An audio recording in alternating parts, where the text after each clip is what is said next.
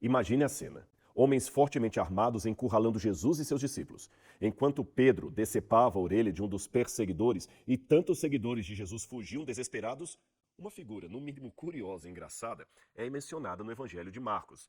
A Bíblia diz que um jovem que vestia apenas um lençol de linho fugiu deixando as vestes para trás, enquanto os soldados tentavam inutilmente prendê-lo. Afinal, quem era esse jovem? E por qual motivo essa história tão pitoresca está registrada apenas em Marcos e não nos demais evangelhos? Se você ainda não tinha reparado, cada um dos 4 evangelhos possui a sua própria particularidade.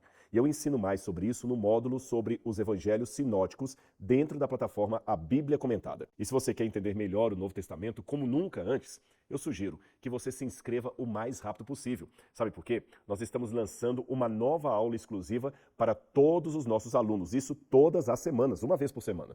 Então abaixo você encontra o link do nosso site. É só clicar e saber mais informações. Eu aguardo você. Esse é o problema. Ele era predestinado, mas ele também deu suas burradas. Cara, ele assassinou uma pessoa, assim. Ele deu suas burradas. Tanto é que, até antes da gente ficar chocado que ele assassinou uma pessoa, vamos fazer a pergunta psicológica. Por que ele fez aquilo? Olha que interessante. Para proteger seu próprio povo. Mas do jeito errado. Povo, né? Não, Isso. sabia. Sabia? Sabia porque ele passou 12 anos com Joquebede.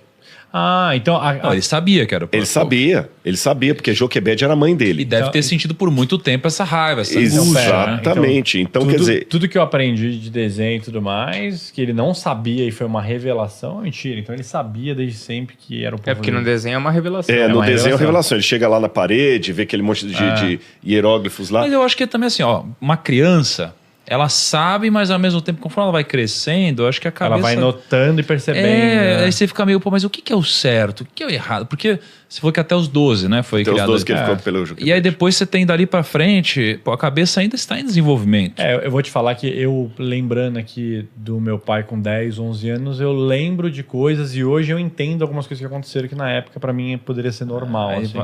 não deixa de ser uma revelação, vai. Mas assim, tanto é que a psicologia mostra que acho que 70% ou 80% dos traumas que nós levamos para o psicólogo tratar foram criados na infância. Exatamente. Muitas tendências são criadas na infância. E Moisés passou a infância com a mãe legítima dele. E essa questão que eu até falei da possibilidade dele ter tirado o nome da divindade, ficado só com o outro, porque a gente vê isso entre os hebreus.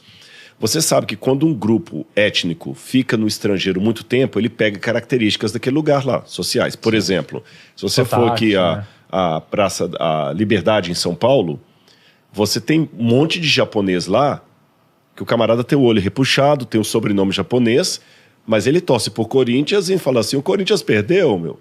Perdeu de novo, meu. Mas ele é japonês e come arroz com feijão. Pô, sacaneou os corintianos, Rodrigo.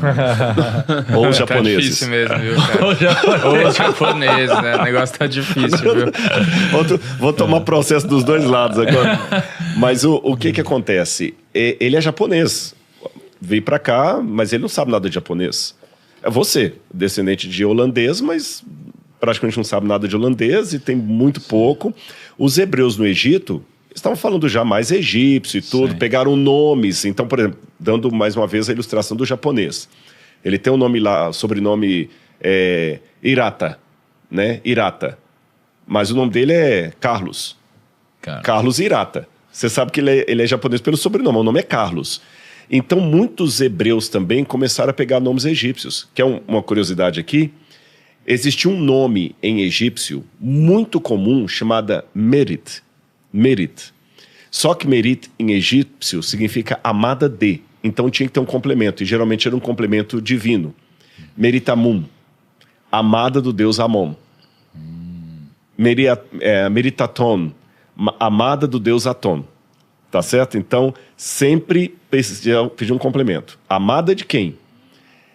Aí você sabe que os nomes, eles não são traduzíveis, mas eles são adaptáveis. James virou Tiago. Wilhelm virou Guilherme.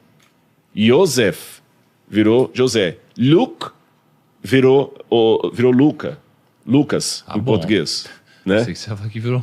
Não, Mário. Mário, né? Não, mas o Wilhelm virou Guilherme, bem diferente. Então, por isso. Sabe como é que os hebreus falavam Merit? Miriam. Ah. Miriam. É a hebraização do nome Merit. Aí só dando um spoiler pro pessoal aí, esse Merit vai ficar muito, esse Miriam vai ficar muito comum no povo judeu, e depois que eles vão ter contato com a Grécia, os judeus de fala grega vão chamar Miriam de Marias, de onde é o nome Maria. É o mesmo nome. Mas olha que interessante. Amada de quem? Não só Miriam. Tirou a divindade pagã ali. Então Moisés, ele queria fazer a coisa certa, mas ainda do jeito errado. Talvez o fato dele ter a maneira como ele mata o egípcio para resolver o problema, ao invés de ir pelas vias legais, a maneira como ele se impõe para separar a briga dos dois hebreus ali, demonstra que ele achava que poderia resolver o problema por conta própria. Agora eu digo assim, quando... As forças dos braços. Pela força que ele estava tendo. Na Bíblia, quando fala sobre não matarás, assim, não apareceu ali ainda, né? Vai aparecer depois. Vem depois vai a ser regra. O próprio Moisés que vai receber isso. E antigamente era uma então coisa tá meio... valendo aí. Não, é óbvio que eticamente, né? Sim, é uma coisa, não mas foi uma coisa... tô pensando em termos de princípios bíblicos, etc. Chegou a ser dito sobre não matar antes disso, porque... Sim, nós temos que, na verdade, os 10 mandamentos, como estão formatados, foram dados no Sinai. Certo, Tá. para Né? Moisés. Mas Para pra Moisés, frente. para Moisés, mas para frente. Porém, Aí ele podia falar, mas não, você tinha que ter falado antes, podia ter falado para Deus. Né? mas falou, porque o princípio dos 10 mandamentos é anterior ao Sinai.